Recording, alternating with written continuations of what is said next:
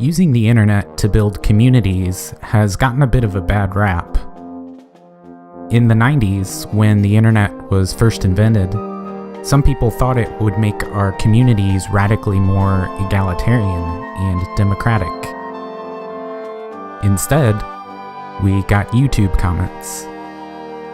We shouldn't be surprised that all the hatred, hostility, and discrimination in our offline communities have found their way online too. But we also shouldn't hold it against our technologies that they failed to achieve the unrealistic hopes we pinned on them in their early days. In fact, there's lots of space out there, lots of opportunities to use technologies to facilitate community building. Social media played a huge role in the uprisings of the Arab Spring a few years back.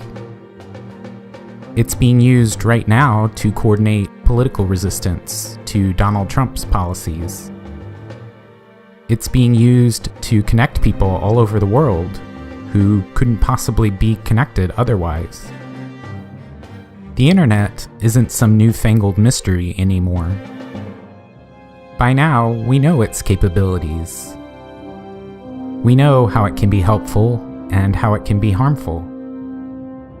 But a lot of commentators still treat it as an appendage, as this thing that's trying to replace all offline activity. That's just not the right way to think about it. Yes, there are some people who text too much, but most studies show that socializing online doesn't detract from socializing offline. In fact, the more you socialize online, the more likely you're socializing a lot offline. It isn't a zero-sum thing. Online socializing and offline socializing don't exist in different dimensions. They're both part of our overall repertoire of socializing with each other. When it comes to political or civic engagement, there is a role for online communities. The internet helps with some things, but not with others. Social media helped with organizing and publicizing protests during the Arab Spring, but there's a lot more to a revolution than that. Founding new democratic institutions isn't something that can be done primarily online. Some people argue that activism online gives people a false sense of doing something. That liking something in the comfort of their own home means they won't get out there in the streets when the time comes. But again, those people are framing this in a misleading, zero-sum way. Liking something online is a public, symbolic gesture of support, not unlike a bumper sticker or a yard sign.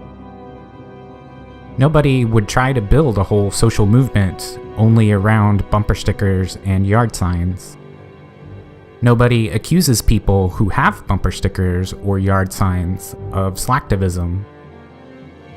Online activities are a useful complement to offline activities, and we should take advantage of them. And we should especially use the internet to help develop what I was talking about in the previous video: a greater sense of global community. We're all people. We may have been carved up into 200 countries. We may have all these competing and conflicting institutions, but those institutional struggles aren't our struggles. Their interests aren't our interests. The more the people of the world break down our barriers, the more we can hold our institutions accountable and make the world a better place for everyone.